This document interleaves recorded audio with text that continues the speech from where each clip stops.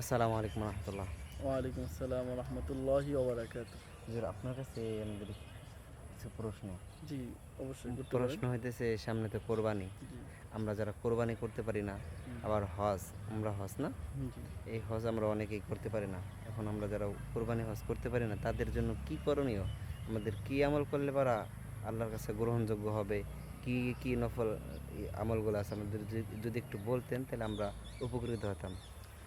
সম্মানিত বন্ধু আমার, আপনি খুব গুরুত্বপূর্ণ একটি প্রশ্ন করেছেন যে আমরা যেহেতু অনেকে হজ করতে যেতে পারছি না, তো হাজিদের সাথে সাদৃশ্য রাখার জন্য রাসূল সাল্লাল্লাহু আলাইহি সাল্লাম একটা হাদিসের মধ্যে আসছে, যেহেতু ইহরাম অবস্থায় চুল, দাড়ি, নখ কিছুই কাটতে পারে না, ঠিক তেমনিভাবে কোনো ব্যক্তি যদি এই জিলহজ মাসের চাঁদ দেখার পরে ওঠার পরে সে যদি চুল দাড়ি নখ না কাটে, তাহলে সে হাজিদের সাথে সাদৃশ্য পাবে এবং হাজিদের যেমন সওয়াব হবে সেই সওয়াবটাই তার হবে।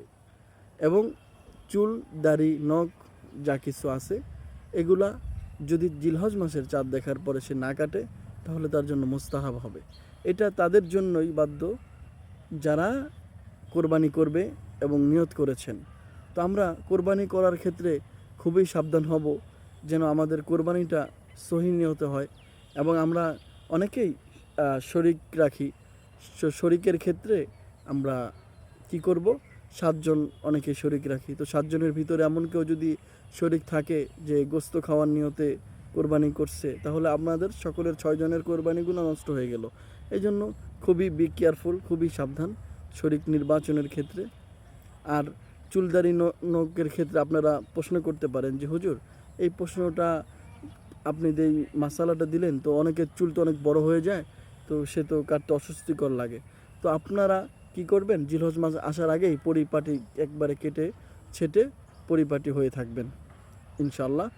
এবং এগুলা কাটবেন কখন, যখন আপনারা আপনাদের কোরবানি করবেন। কোরবানি করার কিছুক্ষণ পরেই ইনশাল্লাহ আপনারা কাটতে পারবেন। ধন্যবাদ ভিডিওটা দেখার জন্য। ভালো লাগলে লাইক কমেন্ট শেয়ার করে সওয়াবের অংশীদার হবেন। জি, আসসালামু আলাইকুম। ওয়ালাইকুম সালাম। আলহামদুলিল্লাহ, মাশাআল্লাহ, হুজুর গুরুত্বপূর্ণ কিছু কথা বলছে। ভিডিওটা সবাই শেয়ার করে দিবেন, যাতে সবাই কথাগুলা শুনতে পারে, জানতে পারে, উপকৃত হয়। জি, আসসালামু আলাইকুম রহমতুল্লাহ।